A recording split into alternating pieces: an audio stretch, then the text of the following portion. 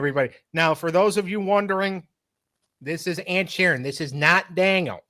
Hi, everybody. Daniel did not have a surgery over the last week. Aunt Sharon's filling in.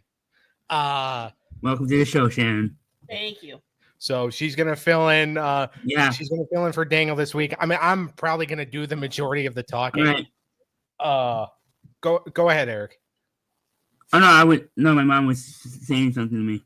So I was saying yeah. All right. Sorry. I figured she was going to want to do the show. All right. So we are here. It is WrestleMania weekend. The Friday, the SmackDown before WrestleMania is tonight.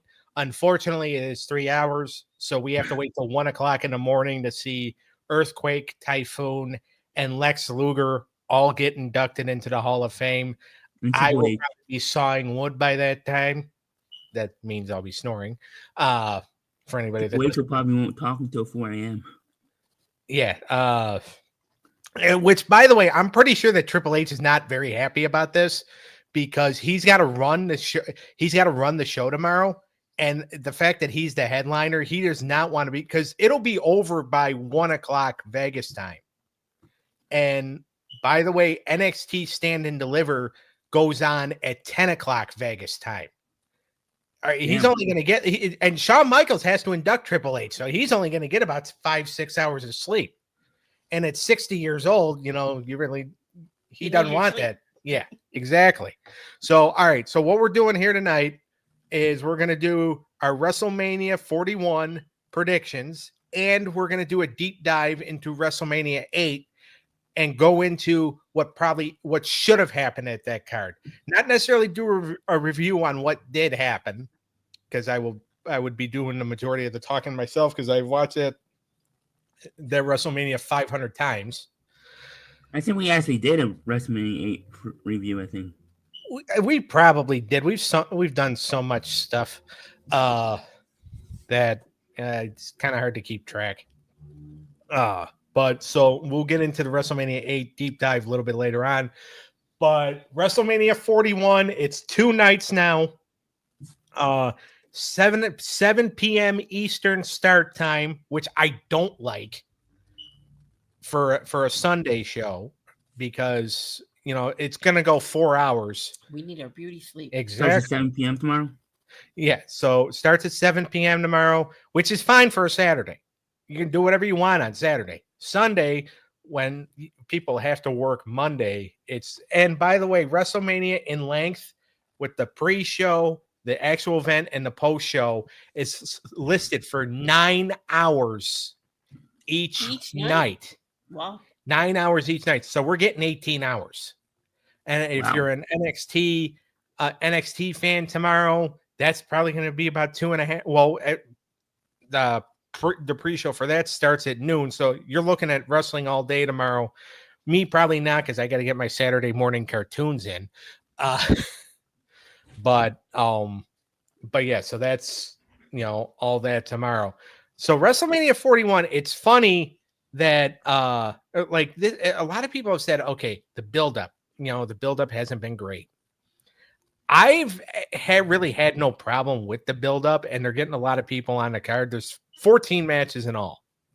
Well, it's supposed to be 14 matches. We're going to find out if Randy Orton actually gets a match tonight or not. I mean, I think they're supposed to say. I thought the buildup has been pretty good, though. Yeah. Especially Cody and Cena. Right. For the fact that Cena hasn't been on TV in a couple of weeks, but that promo that they did in London was fantastic. Now, the fact that they added Cena for the match for SmackDown tonight means that he's probably, if Cody is going over Sunday night, then Cena's probably going to do something to hit him, because the last time they were in the ring together, Cody Rhodes laid out John Cena with the Crossroads, and automatically people started thinking, all right, this is Cena's last appearance, so he's gonna, Cena's gonna win at WrestleMania. We don't know what's gonna happen tonight, and I'm assuming Rock and Travis Scott are in Vegas. Travis Scott, I guess, has already told people he's gonna be at WrestleMania.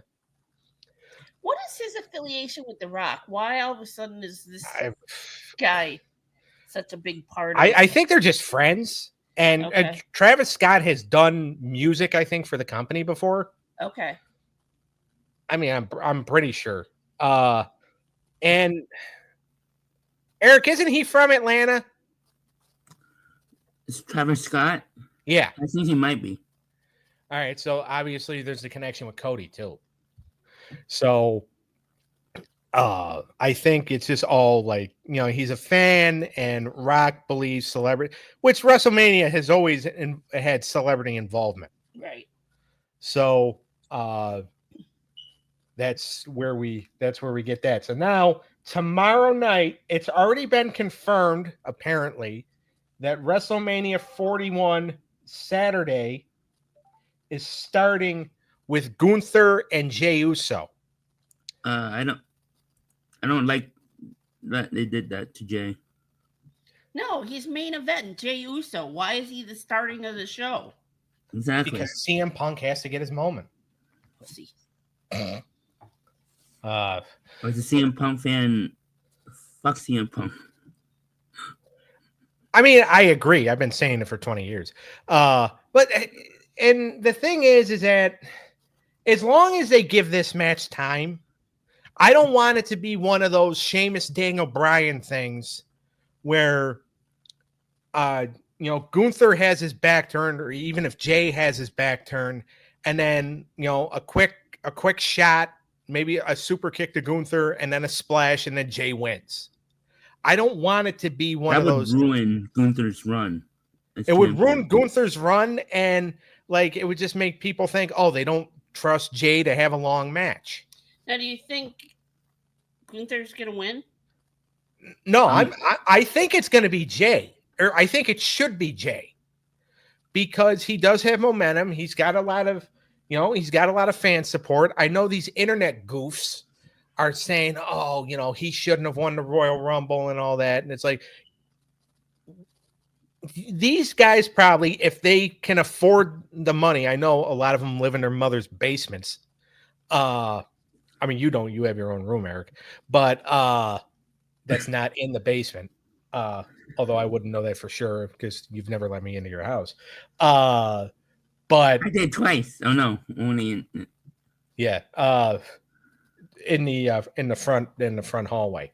But anyway, like a lot of these guys, a lot of these people that are given that online criticism, they're still going, they're doing the yeet and all that. They go to the buildings, they cheer for the guy.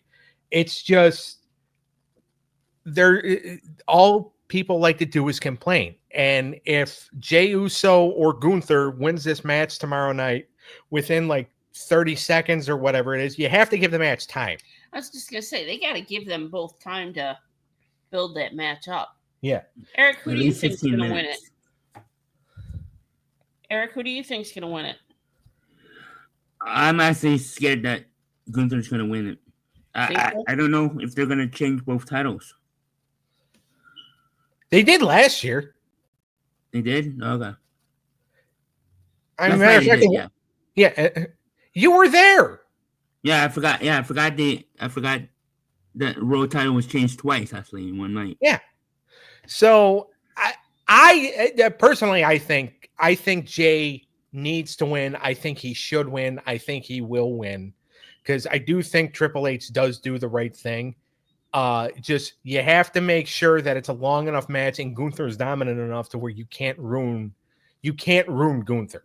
Right. Are you picking Jay or are you picking Gunther, Sharon? I would like Jay to win. Yeah.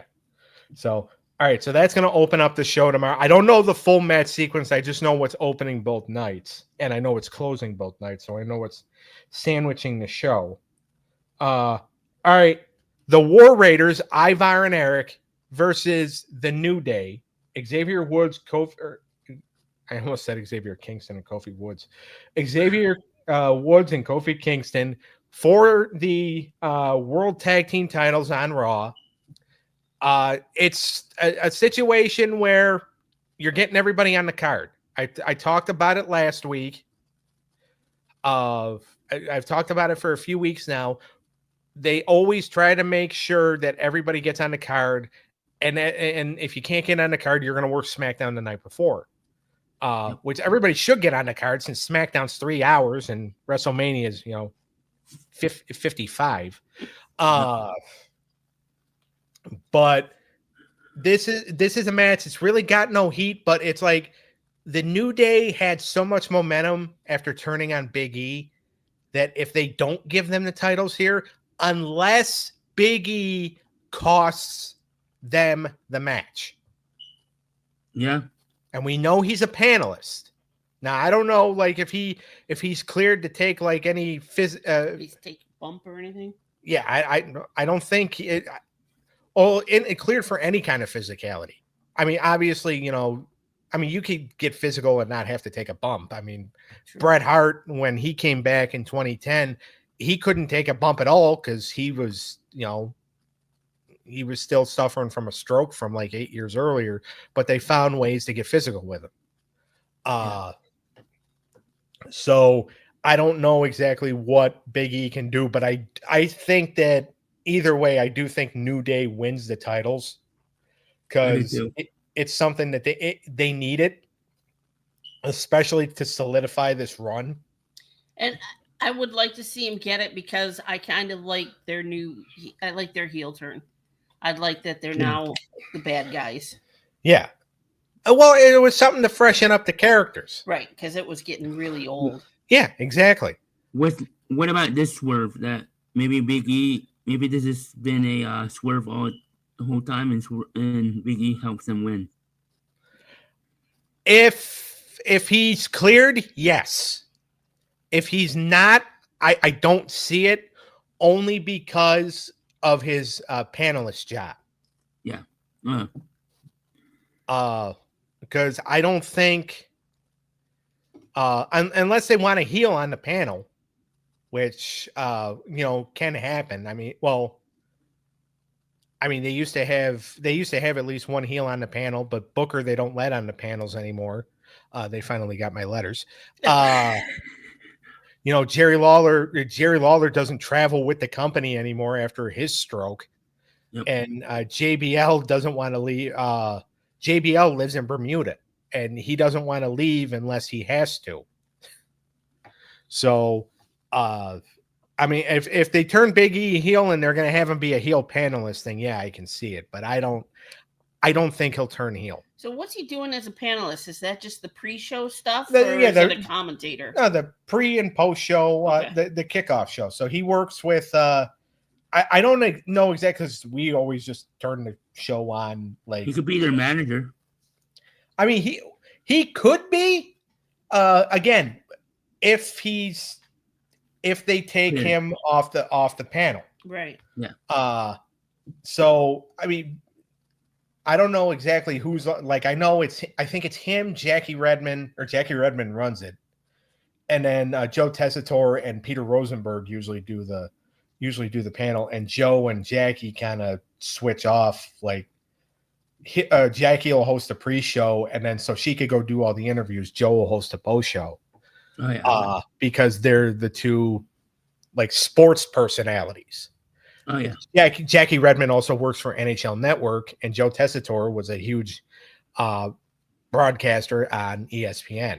So they're basically what WWE needs to be like a more sports centered product. Yep. That's why they brought them in. Yeah, exactly. And it also helps that Nick Khan, I think, was friends with both of them. I mean, it doesn't hurt. And they had it, and they're both fans. They're both fans. They both love WWE. So it's just like, okay, the opportunity opened up. They brought her in, and it also turns out that she gets along with with everybody backstage, and he is probably the greatest, play-by-play guy that's not named Michael Cole, because him and Michael Cole are just different, and that's a good thing. All right, so are we all saying New Day? Yeah. Yep. All right. Why won't you type in the 8, you son of a bitch? All right, here we go. All right. Rey Mysterio versus El Grande Americano. For anybody that's not keeping track of who El Grande Americano is, it's Chad Gable under a mask. Now, somebody showed me a meme the other day that when Rey Mysterio unmasks El Grande Americano, if he unmasks him at WrestleMania, it's going to be revealed to be Vince. But it is Chad Gable under the mask. Chad Gable finally getting a big WrestleMania. He's got to be under a mask to do it. Rey Mysterio. This is Rey Mysterio's 13th WrestleMania match. Wow.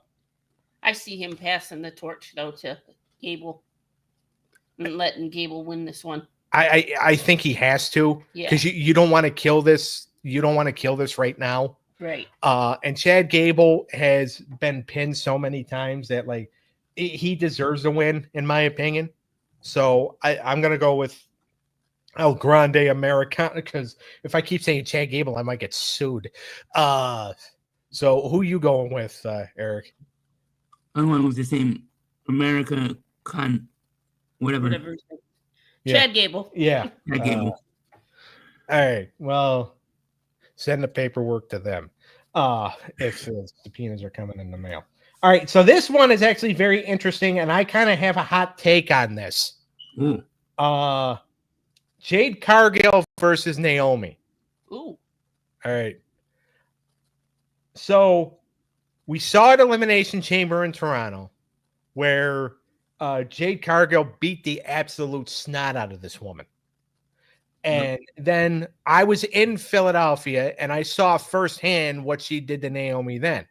And it's been like, and then Naomi's got this new attitude. She's beating up Jade. She caused Jade to lose to Liv Morgan. New attitude. The promos that both women cut last week. And Jade's not a promo girl. She's not good at cutting promos because she's still new at this. When she was in AEW, she had a manager. Who was cutting the promos for her. All right. When she was teaming with Bianca, Bianca did most of the talking because Bianca can talk.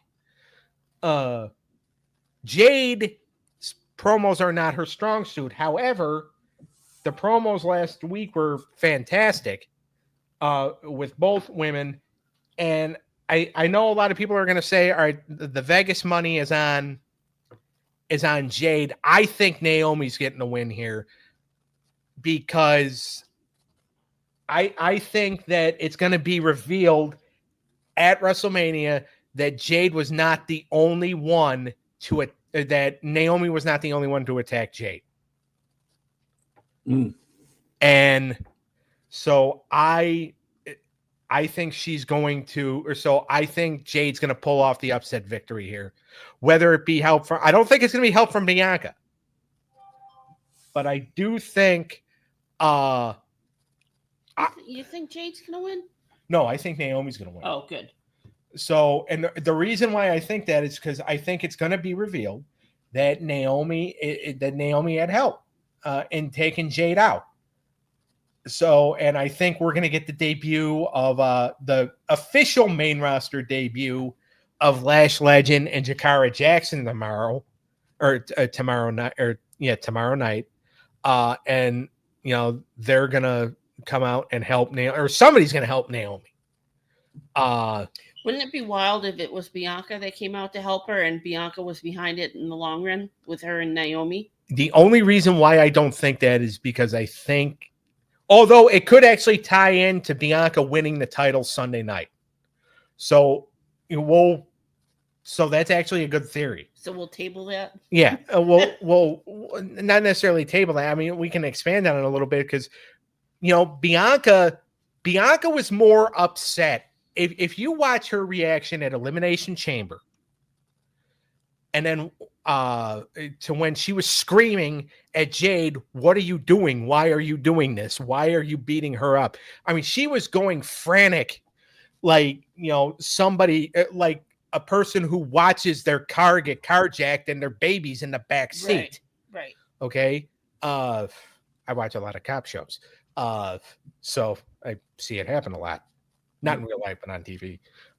So when Naomi revealed that it was her that attacked Jade at that SmackDown in Philly, Bianca just walked away.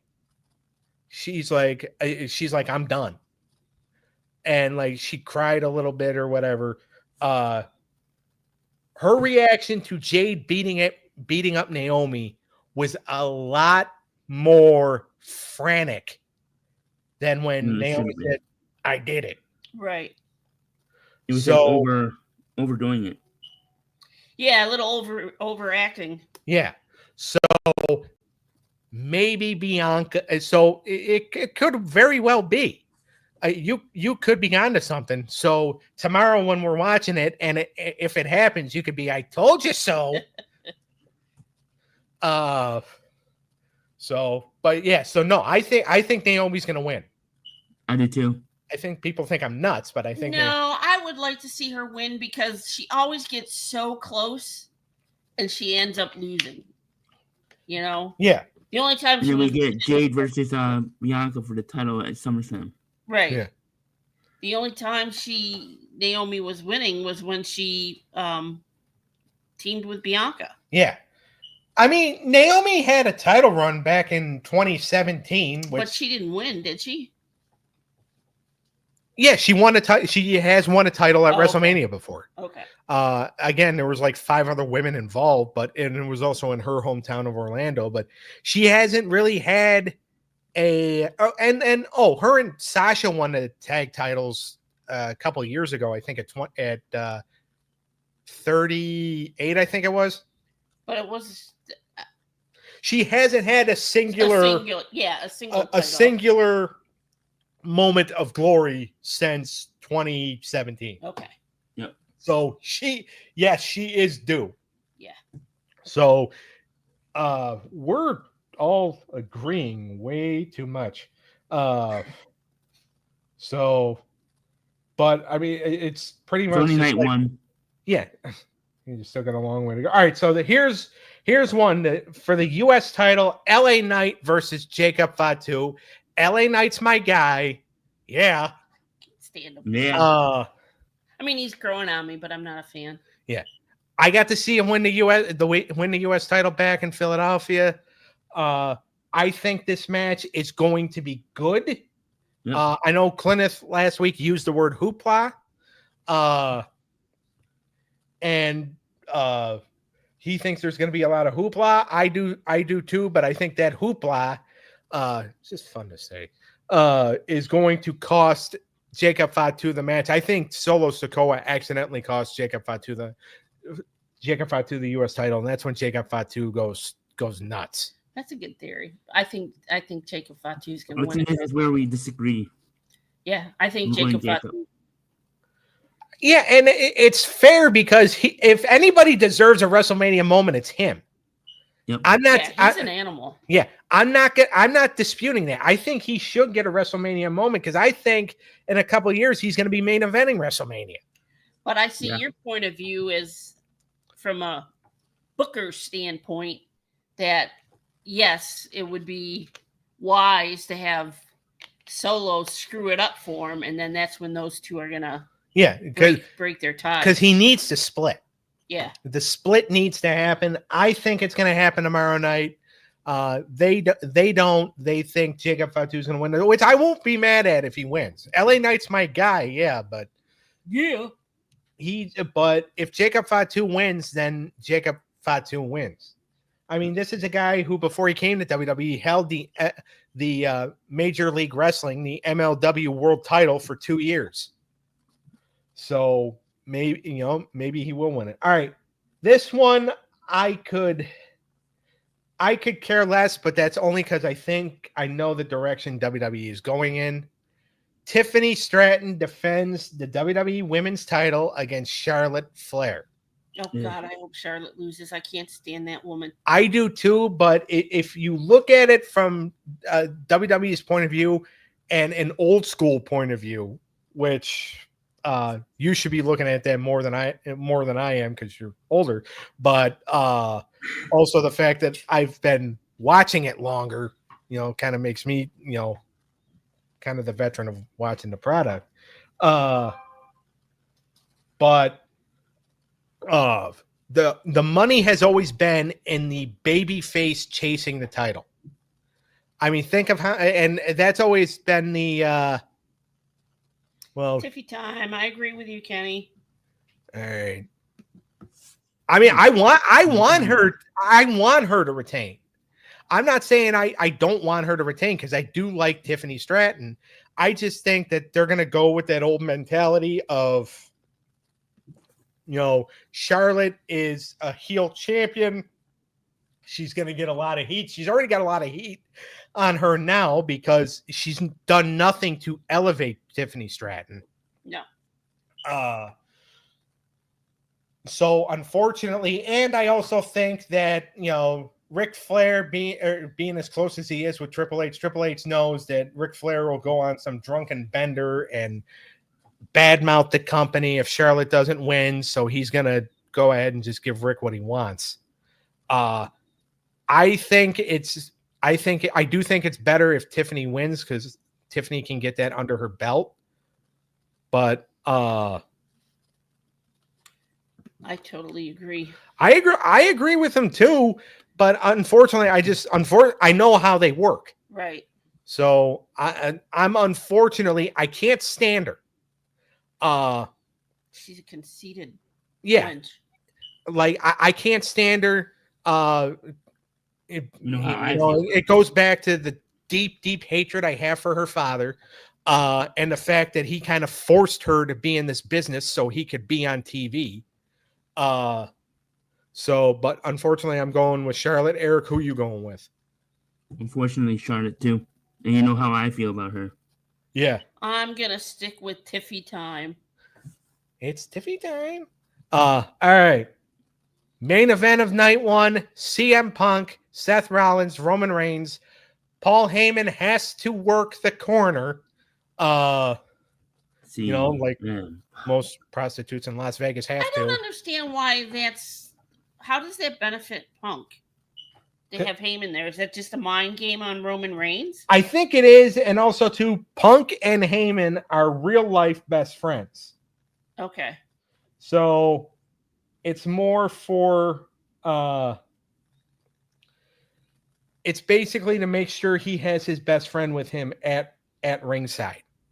And this is his, WrestleMania. This is his WrestleMania moment. He finally gets the main event to show, which, by the way, night one was never, ever. If you main event at night one, it's just like, oh, yeah, you're the last match on the first night of WrestleMania. But to make him feel better, it's like, oh, yeah, he's main eventing WrestleMania. So it's just, I think it's basically, it's just to shut him up. This is going to be the first time Heyman's going to be in Punk's corner in over 12 years. Yes, since 29. Yep. And Kenny thinks CM Punk is going to win. I'm going to disagree. I think it's going to be Seth Rollins. I hope it's Seth. I'm going to agree with Doug and say Seth. Me too. All right. So, do we think that he went to the Godfather's house and got one of Godfather's outfits for his entrance tomorrow, or do you think he's having something else made? I don't know, but I love his flamboyant.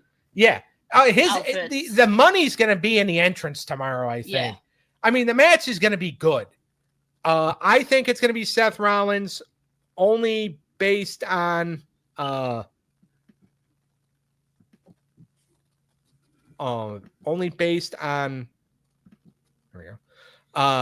fact that I think Heyman. I think Heyman, people are saying, oh, Heyman's going to turn on both Punk and Roman and align with Rollins. I think he's just going to, I have two theories. One is he's just going to walk away and say, screw this, like most people who are, have to choose between two lovers do. Or he could turn on Rollins, because I think what's going to happen is I think Seth Rollins is going to play a part in the WWE title match on Sunday, and I'll get to that when I get to the prediction of that.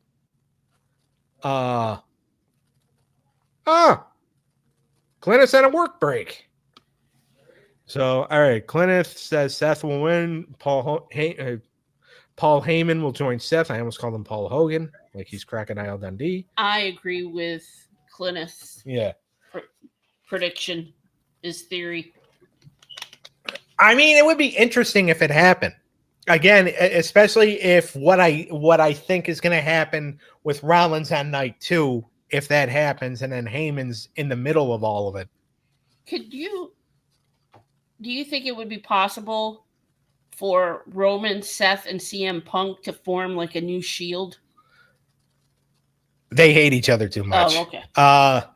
Punk and Rollins couldn't warm up to each other if they were cremated together. Gotcha. Okay. Like they were, like, yeah, it's not possible for them to, like, just the fact they're able to work together and do this match. So it truly is. It's not just for show. They truly just because Seth Rollins took it to heart that CM Punk walked out of WWE back in 2014, and CM Punk, because for a long time CM Punk was not talking to anybody. Right. Like people would call him, and but he wouldn't answer. He was, when he was married to AJ Lee, Big E, who was partnered with AJ Lee on screen, would go to their house or would go to Chicago to visit them. Punk would make Big E stay at a hotel and tell AJ, if you want to see him, you got to go to a hotel. Oh, wow. Like, he did not want anybody associated with the company near him. Like, he didn't want to talk to anybody. What a little crybaby. Oh, yeah. It's what he was for so long. I mean, he went to AEW first. Yeah, he went to AEW first, and then he realized that, nobody was going to put up with his. I mean, he also grew up. I mean, he became, an adult. Right. I don't know about that. We're not going to see Brock Lesnar for a long time, because now that his name is in the Janelle Grant lawsuit, we're not going to see Brock Lesnar again until there's either a settlement or Janelle Grant cancer statement. So yeah, we're not going to see Brock Lesnar at all. All right. So I'm going Rollins. You're going Rollins. And what are you going? Rollins. All right. So now we end with a triple threat on night 1. And it's actually a good point by Kenneth. UFC knocked some sense into CM Punk. I mean, he did get knocked out twice. All right. So we end with a triple threat on night 1, and we start with a triple threat on night 2. It is for the women's world title. Io Sky is defending against Bianca Belair and Rhea Ripley. This match, a lot of people are not happy about Io being in it, including a 7-foot former WWE champion who has his own podcast. Kevin Nash. Yep, Kevin Nash is who I'm talking about. Kenny goes Io.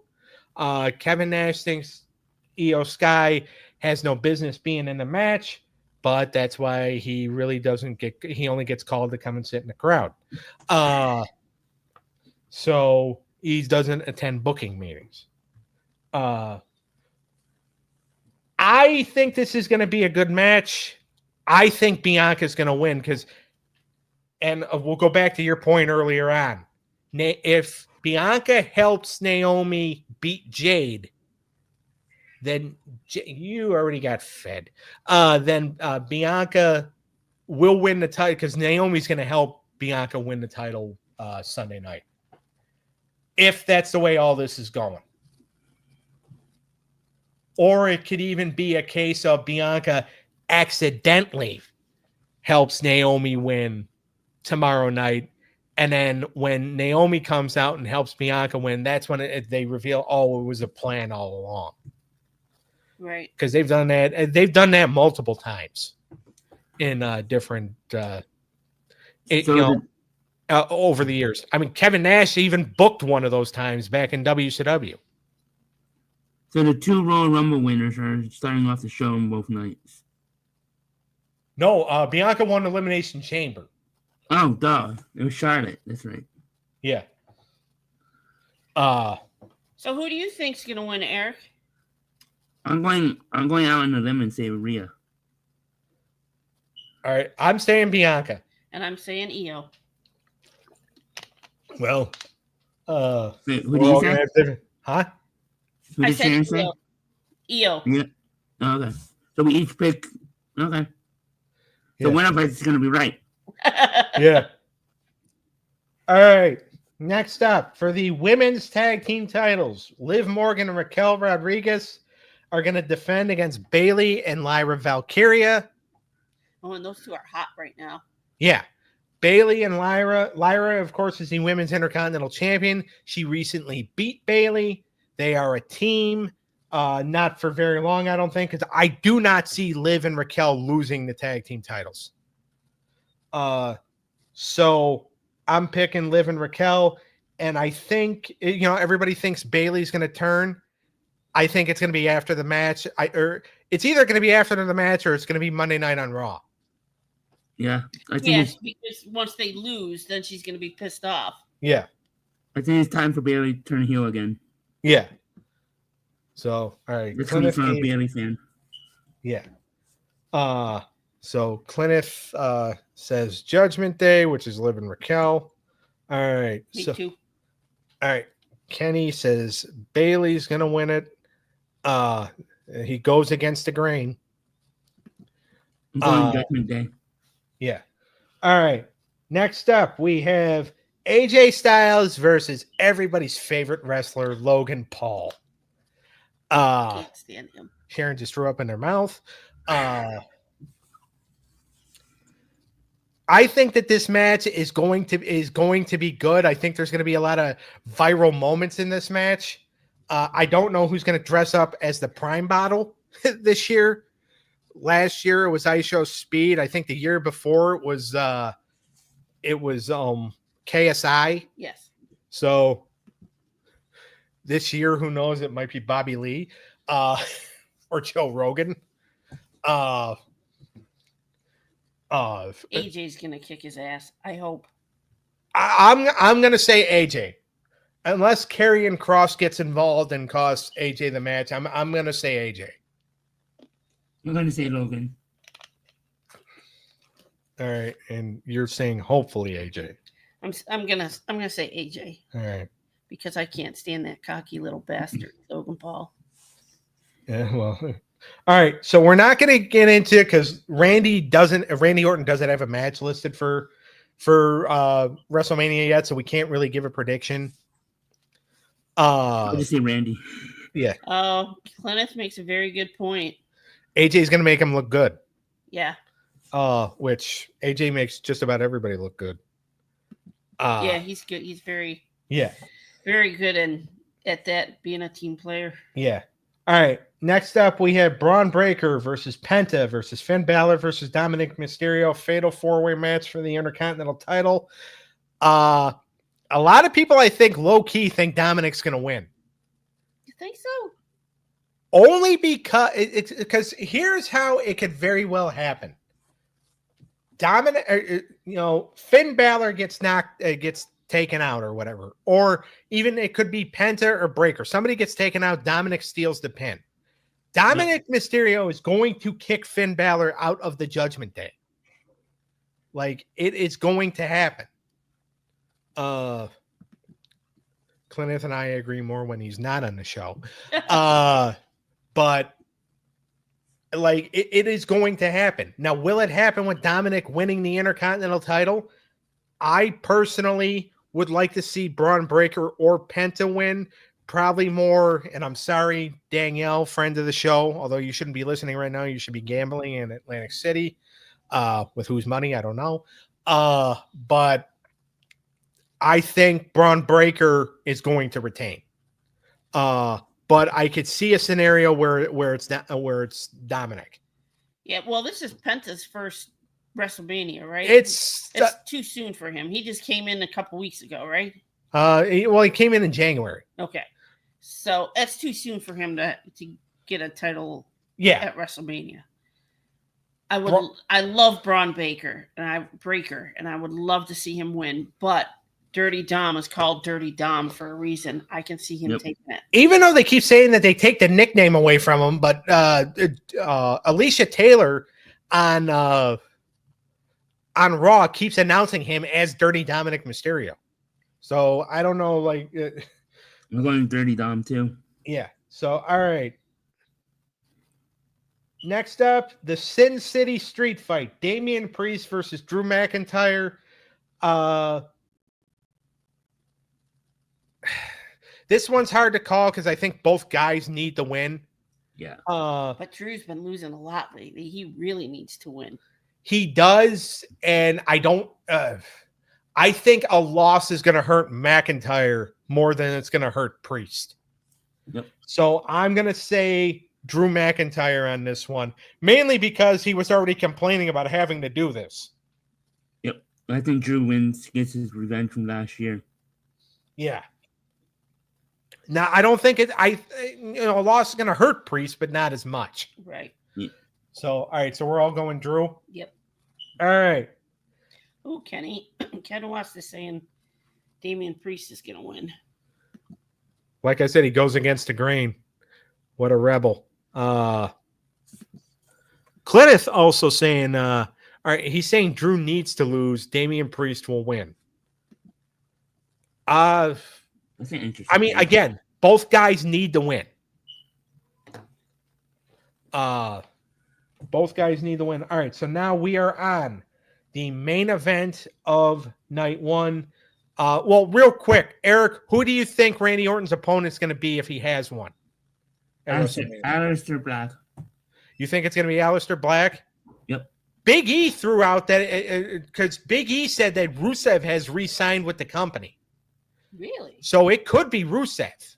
So I'm going to say, even though I think everybody wants it to be Nick Aldis, I don't think he wants it to be because I don't think Nick Aldis. I think Randy wins anyway, either whoever it is. So I'm going to say, well, actually, no, I'm going to say it's Nick Aldis, and I'm going to say Rusev comes in and helps Aldis win. I think Nick Aldis comes out and then brings he handpicks who faces Randy. Yeah. He comes out and then pretends that he's going to fight, but then he brings out somebody. All right. Kenny West thinks it's going to be Goldberg. That would be a good one. Yeah. So, all right. But yeah, so I think it's going to be, I think the opponent's going to be Nick Aldis, and I think Rusev actually comes out and helps Aldis win. What do you think, Sharon? I like that theory. All right. So, but I would like to see Randy win because I like Randy. I do too. I would love to see him win. I'm just saying, is that like Nick Aldis has never had a WrestleMania moment before. This is probably the prime opportunity to get one because we don't know if he's going to have any more opportunities. Right. I prefer it to be Aleister Black. Yeah. Said, but I mean, it could be either one. But like I said, Nick Aldis keeps, Nick Aldis, needs to have a. I would like to see him get a WrestleMania man. Oh, and all right, Clint has got a good theory here. Whoever it is, Randy will win. He's getting a title match next month.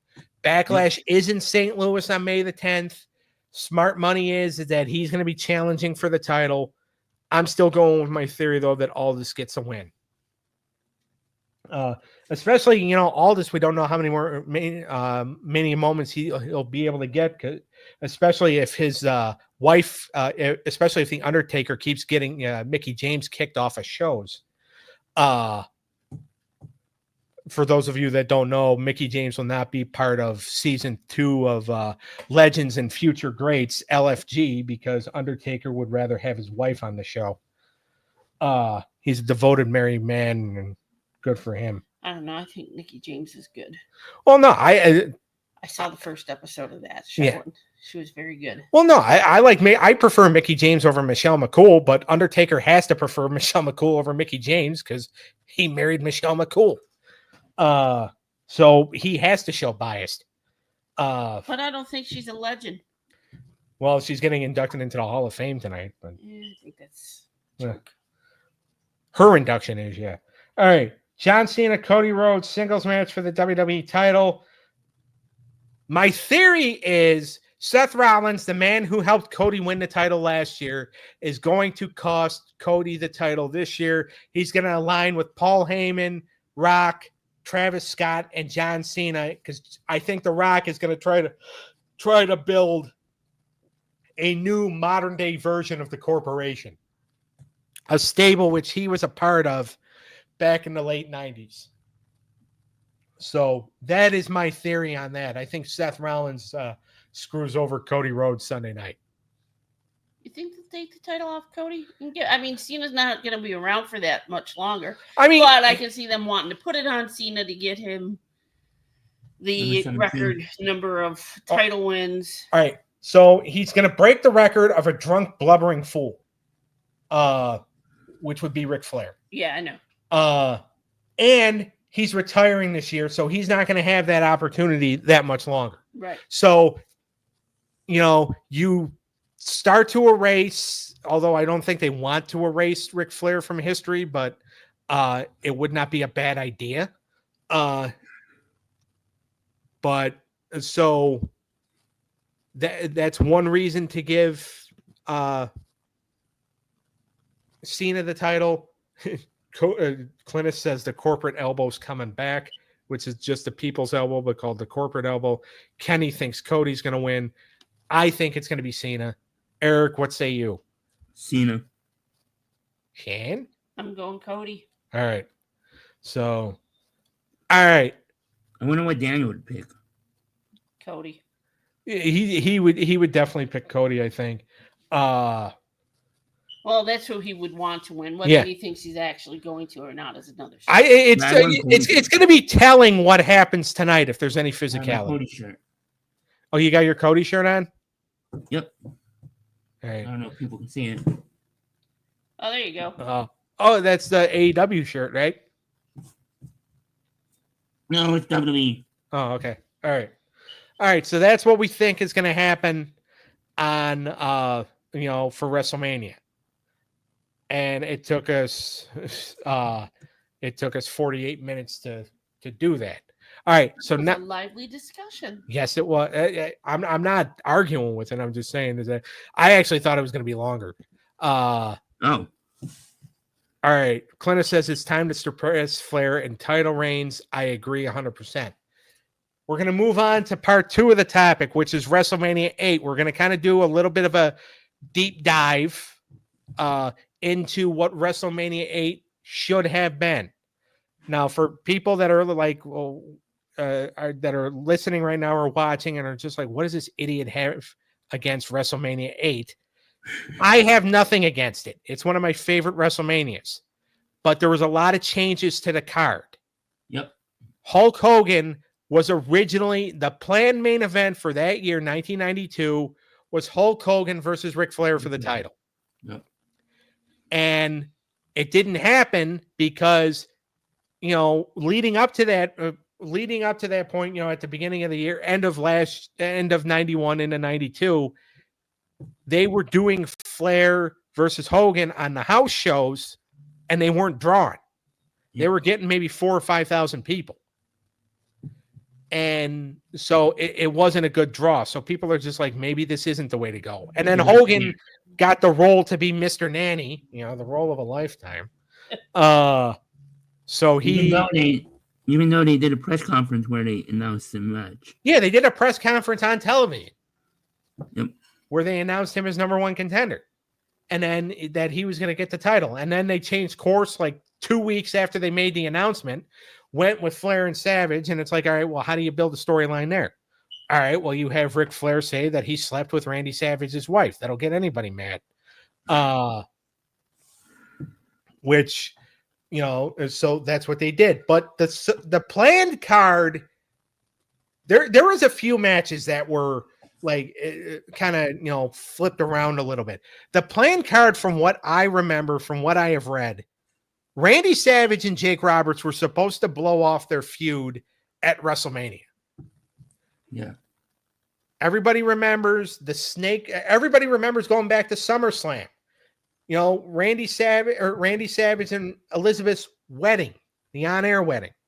And Jake Roberts and The Undertaker hid a cobra in a wedding gift. They ruined the wedding reception.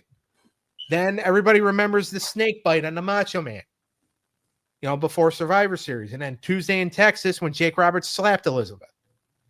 So this feud was going to go all the way to WrestleMania. But then, according to Jake Roberts, it was cut short due to the fact that Elizabeth's family was not happy with, Jake Roberts putting their hands on Elizabeth. I could understand that. Yeah. I don't know how true it is. It's coming from Jake, so it might be true. So I'm not 100% sure, but they blew it off on a Saturday night's main event. Jake Roberts ends up wrestling The Undertaker that year.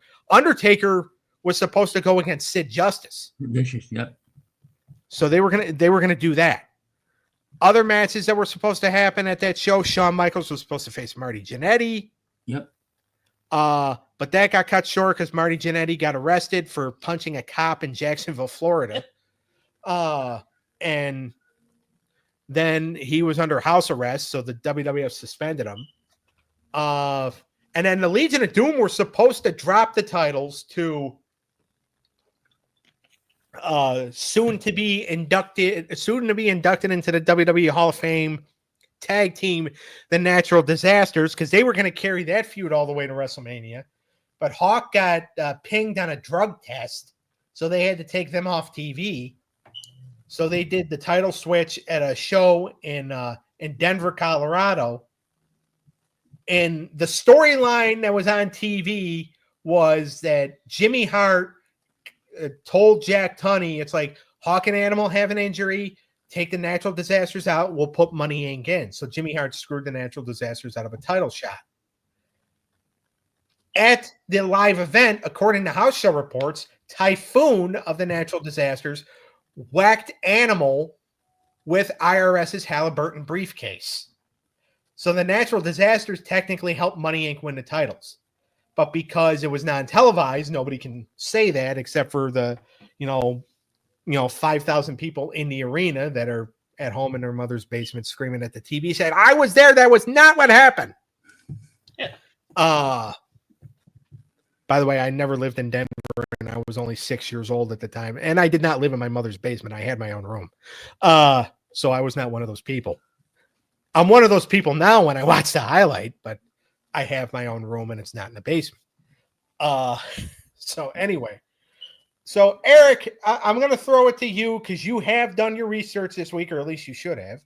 I did. All right. So doing your research, give me 3 matches, just 3, and that you think should have been on the WrestleMania 8 card.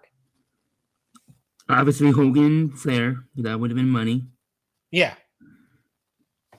Jake the Snake and Macho, because you already had a storyline there. Right. And obviously, Shawn Michaels versus Marty Jannetty because of the super kick around the road.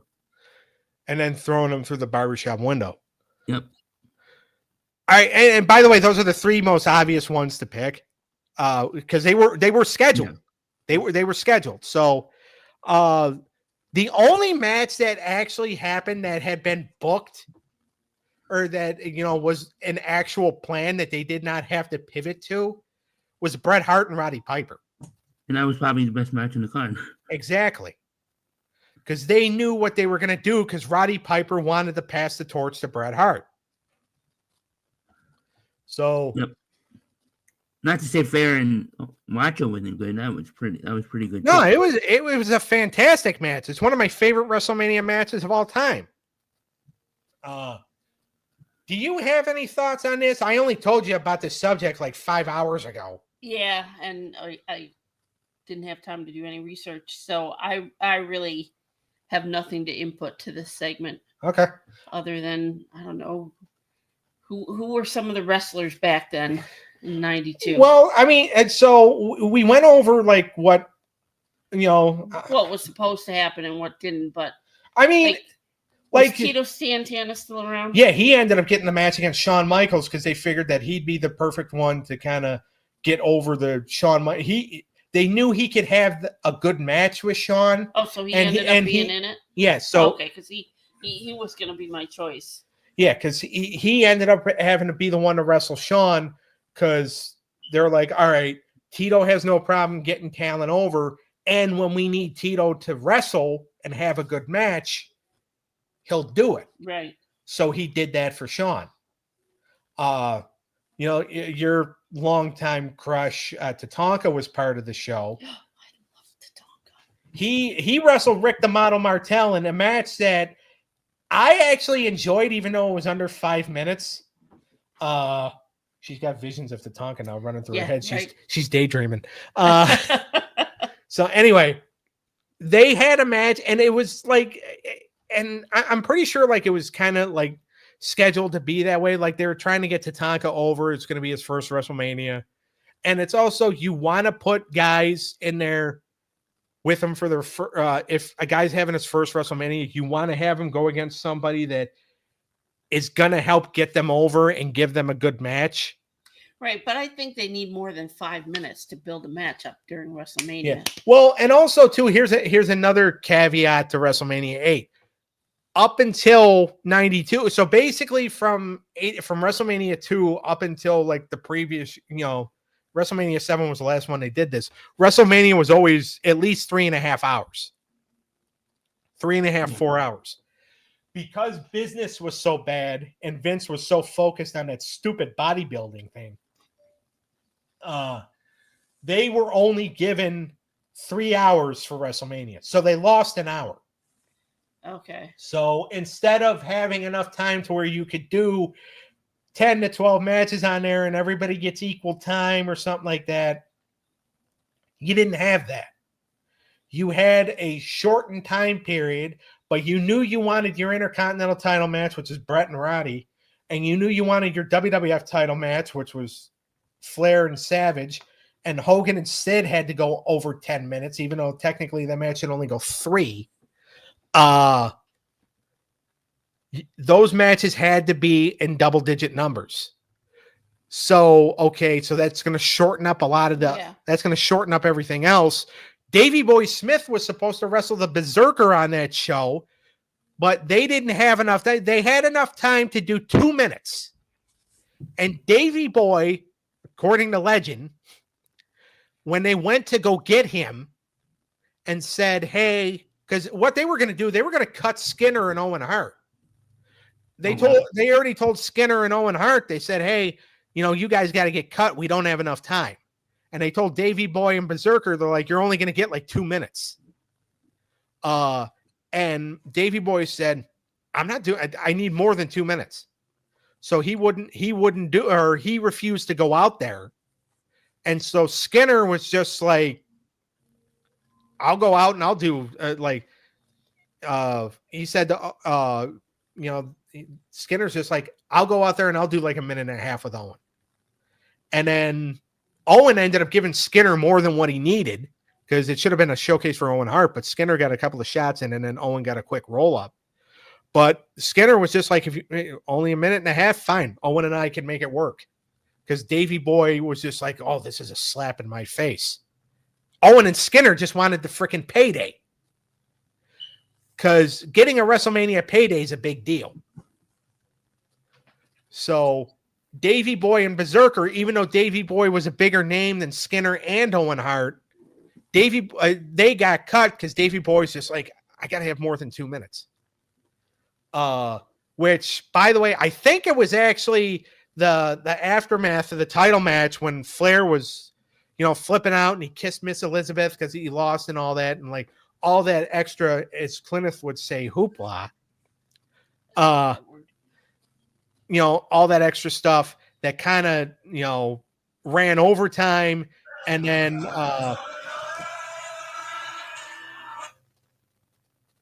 you invite a church choir over to your house? No, my phone rang. I thought I put it on Do Not Disturb.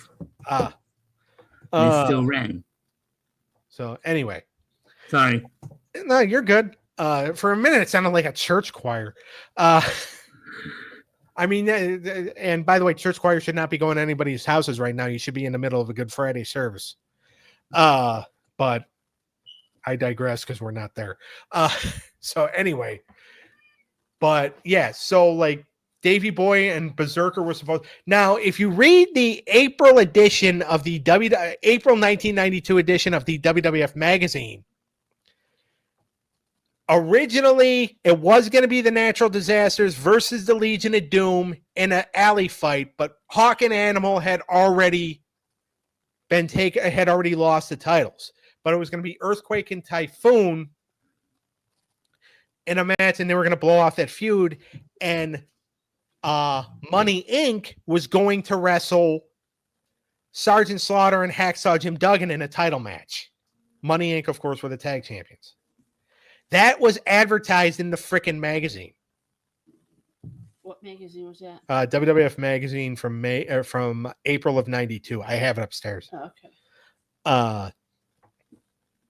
So, and another match that was advertised in that magazine, it was going to be the Repo Man and the Nasty Boys versus the British Bulldog, the Big Boss Man, and Virgil. But instead, what we got was an 8-man tag, which was the Mountie, the Nasties, and the Repo Man versus Hacksaw Jim Duggan, Sergeant Slaughter, Big Boss Man, and Virgil. So we got an 8-man instead, which Slaughter and Duggan originally were not going to be a part of, because originally it was advertised that Owen Hart and Jim Neidhart were going to be part of that match. But Jim Neidhart got fired for throwing a TV monitor at a cameraman. Wow. So he got taken off the card, and which is why Owen got paired with Skinner. So there was a lot that could have happened or should have happened. And if you look at because in previous years, the Mania matches were always started their build by Royal Rumble. If you go back to WrestleMania XIII, by the time Royal Rumble was over with, we knew it was going to be Hogan and Slaughter, Warrior and Savage, Jake the Snake Roberts and the model Rick Martel, DiBiase and Virgil, Boss Man and Perfect. We knew those matches were going to happen. And Davey Boy and the Warlord to an extent. Go back a year further to WrestleMania VI in 1990. By the time Royal Rumble was over with, we knew that Macho and Dusty were going to do something together. We knew about Warrior and Hogan because they had that interaction at the Rumble. DiBiase and Jake, Beefcake and Mr. Perfect. And we also knew Colossal Connection and Demolition were gonna have something to do with each other there, and we knew about Piper and Bad News. So those matches had already been in the middle of their builds by the time Royal Rumble came around. By the time Royal Rumble was over with in 92,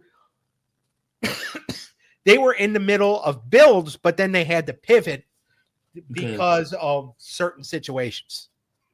Yep. And there's more to that Hogan Flair. There was the steroid scandal. Yeah. Going on. Hogan was about to leave.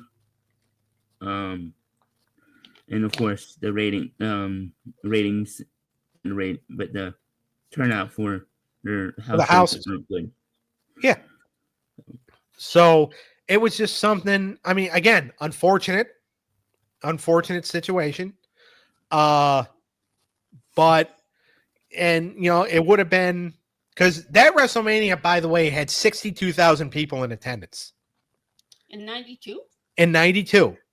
However, 15,000 of those tickets were given away for free. Yep. Oh, wow. Now, by the way, 47,000 people is nothing to squawk at. 47,000 people paid is nothing to squawk at.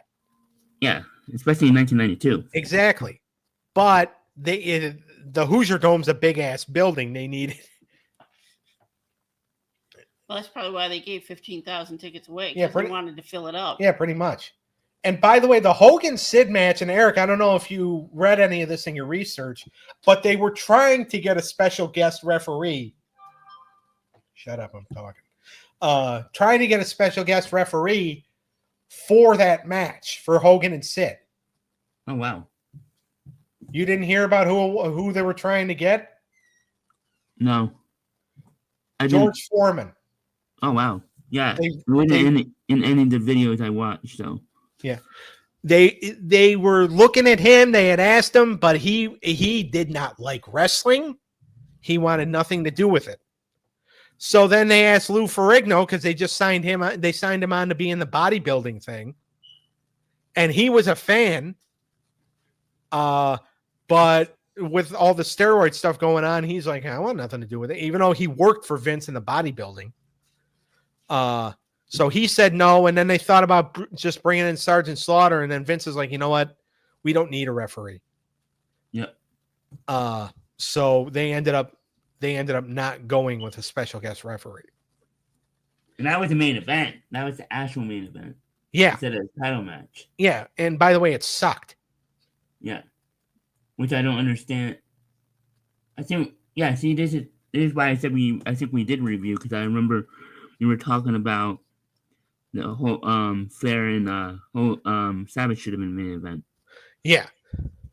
So, and the thing is, with a botched finish where Papa Shango missed his cue.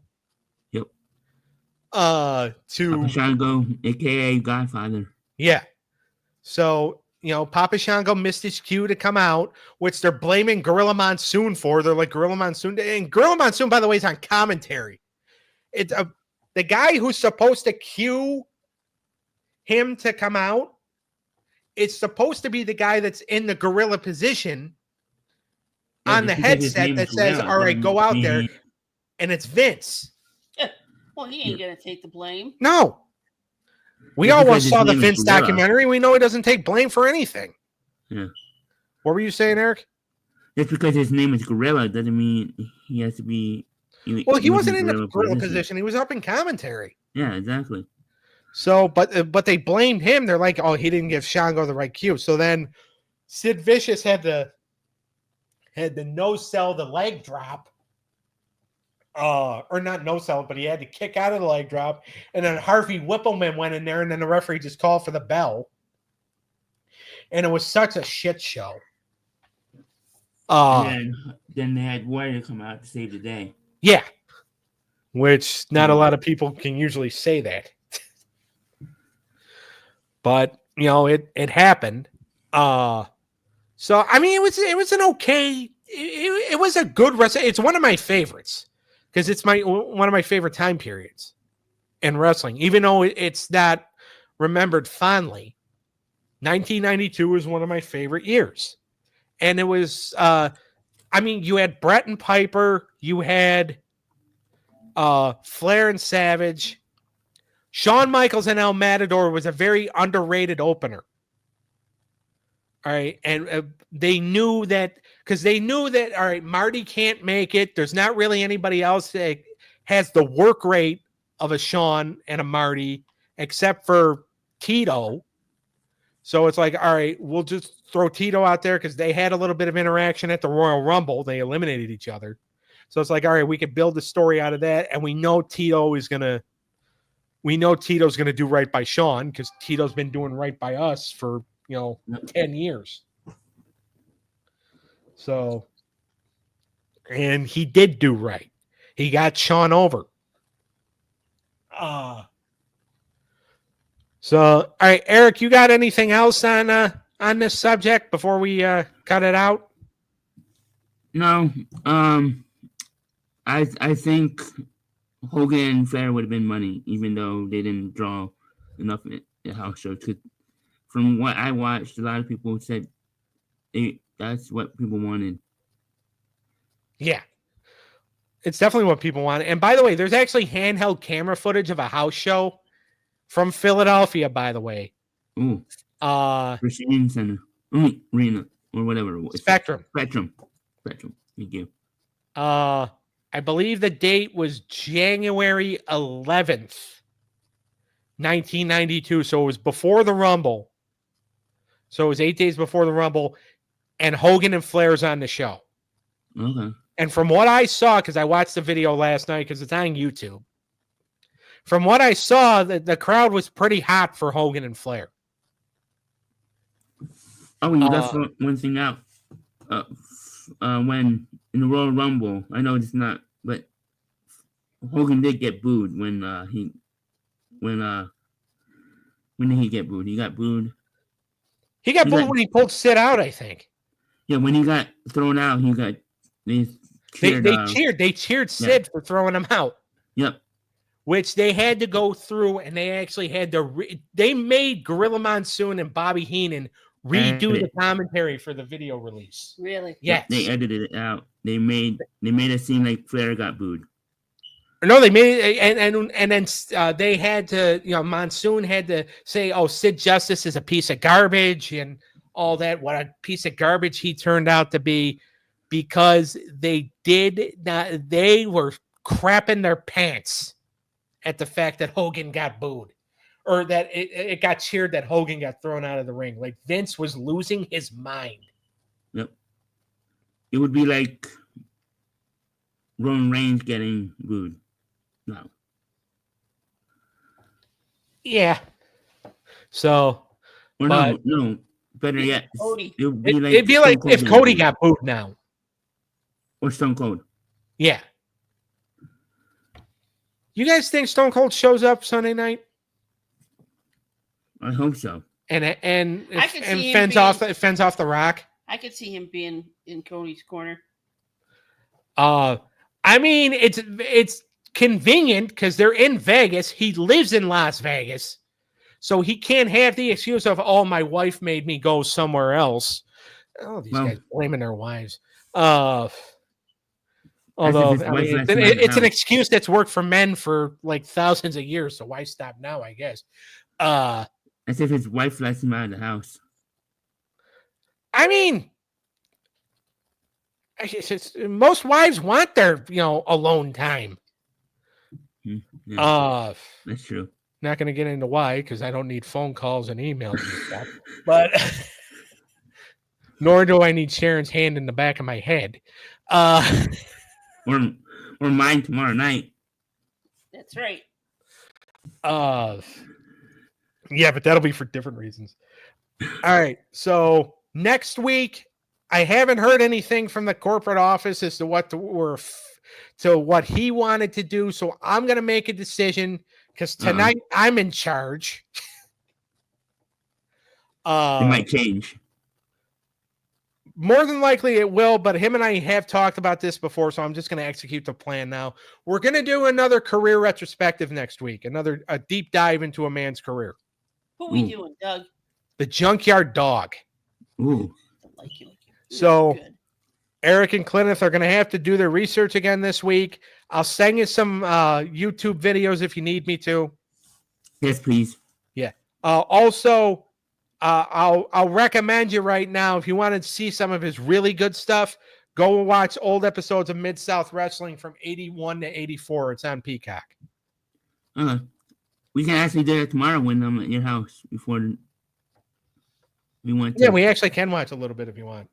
As long as if you're still watching, I don't know if he's still watching. Yeah.